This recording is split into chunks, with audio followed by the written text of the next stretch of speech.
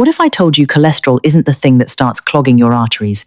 It's actually responding to damage that's already there. That sounds completely backwards, doesn't it? For years, we've been told that cholesterol is the villain, the silent killer hiding in your bloodstream, slowly blocking your arteries until one day it causes a heart attack or stroke. But that's only part of the story, because inside your body, something else happens first. And once you understand that first event, you'll never look at cholesterol the same way again. Right now, as you watch this, nearly 100,000 kilometers of blood vessels are carrying oxygen and nutrients through your body. It's an incredible transportation network, with blood flowing smoothly through healthy, flexible arteries that your heart barely has to push through. Everything works in perfect harmony until one tiny injury appears. You won't feel it. You won't see it. There are no warning signs, just a microscopic scratch deep inside the lining of an artery. But that tiny injury sets off a chain reaction that can take years, even decades, to unfold. And surprisingly, one of the very first responders your body sends to that damage is cholesterol. So if cholesterol is actually trying to help, how does that repair process end up becoming one of the world's biggest causes of heart attacks and strokes? Let's shrink down and travel through your bloodstream to find out. Before we can understand how cholesterol becomes part of the problem, we need to understand what it was designed to do in the first place. Because despite its terrible reputation, your body literally couldn't survive without it. In fact, cholesterol is so important that your liver produces most of it every single day, even if you never ate another bite of cholesterol again. That might sound surprising, but your body isn't making a mistake. It's making something it desperately needs. Think of cholesterol as one of your body's most valuable building materials. Every one of the trillions of cells in your body is wrapped in a protective outer layer called a cell membrane. And cholesterol is one of the key ingredients that keeps those membranes strong, flexible, and able to function properly. Without it, your cells couldn't do their jobs. But cholesterol doesn't stop there. Your body also uses it to produce hormones that regulate everything from stress and metabolism to growth and reproduction. It's used to make vitamin D when sunlight reaches your skin. It helps your liver produce bile, a digestive fluid that breaks down the fats in the food you eat. Even your brain depends on it. In fact, your brain contains a remarkable amount of the body's cholesterol, where it helps nerve cells communicate with incredible speed and precision.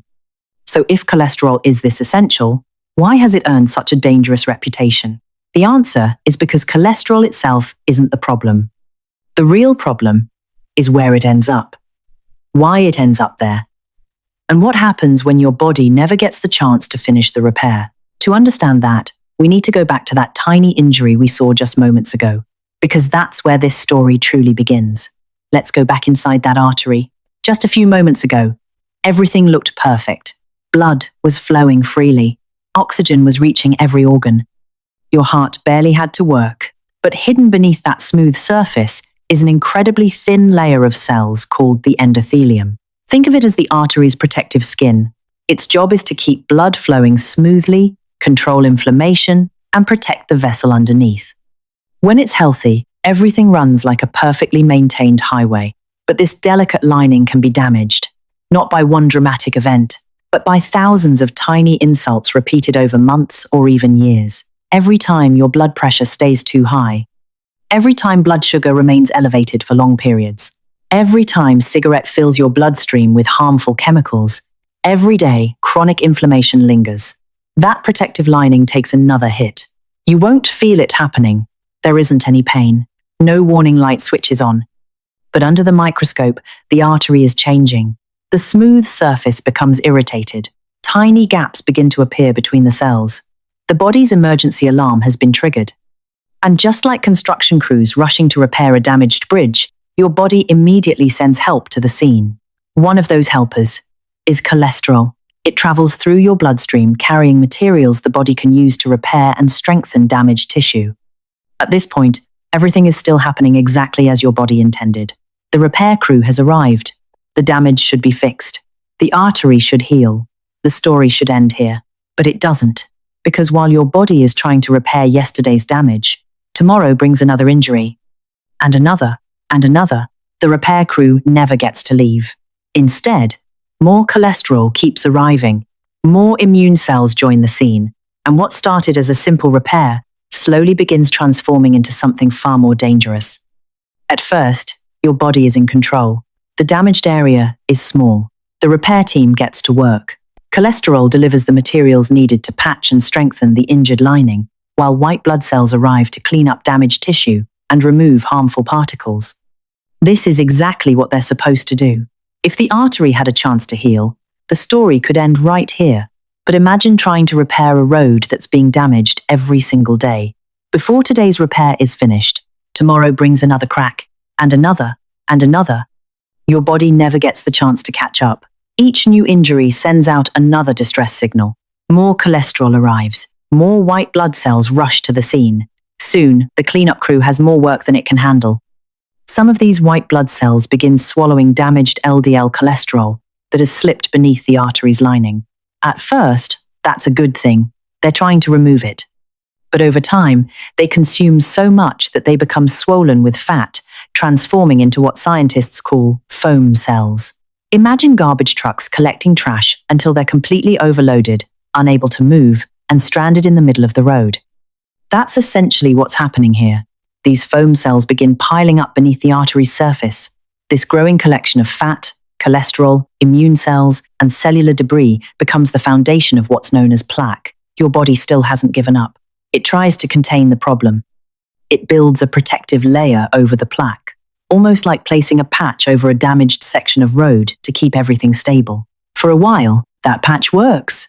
But if the damage continues month after month, year after year, the plaque keeps growing.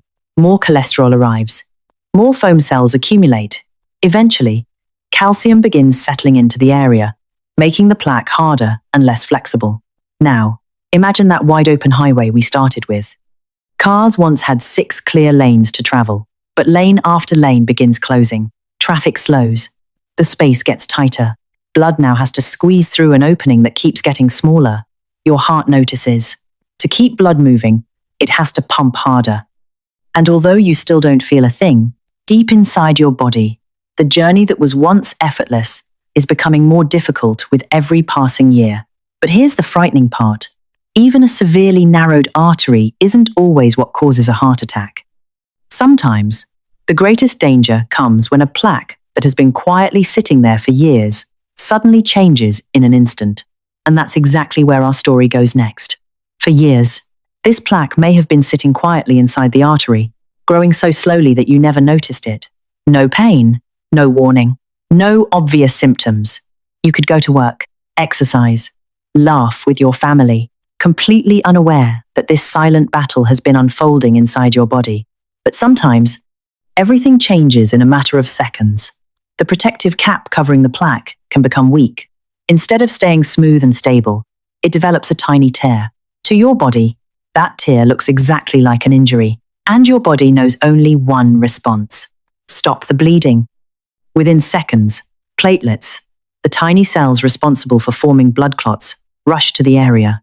More clotting proteins join them. Together, they begin building a clot over the damaged plaque. It's the same life-saving process that stops you from bleeding when you cut your finger. The problem is, there isn't a cut on the outside of your body. This is happening inside an artery that's already become narrow. As the clot grows, the opening for blood becomes smaller and smaller until blood can no longer get through. Imagine driving through a tunnel when, without warning, the entrance completely collapses. Traffic doesn't slow down. It stops. The organs beyond that blockage are suddenly cut off from the oxygen they desperately need. If this happens in an artery supplying your heart, part of the heart muscle begins to die. That's a heart attack. If it happens in an artery supplying your brain cells begin dying within minutes. That's a stroke. And what's so frightening is that the event itself may seem sudden. But the story actually began years earlier, with tiny injuries that repeated themselves day after day. The good news? This story doesn't have to end here, because your body has something remarkable that many people underestimate. Given the right conditions, it can begin changing the environment inside your arteries.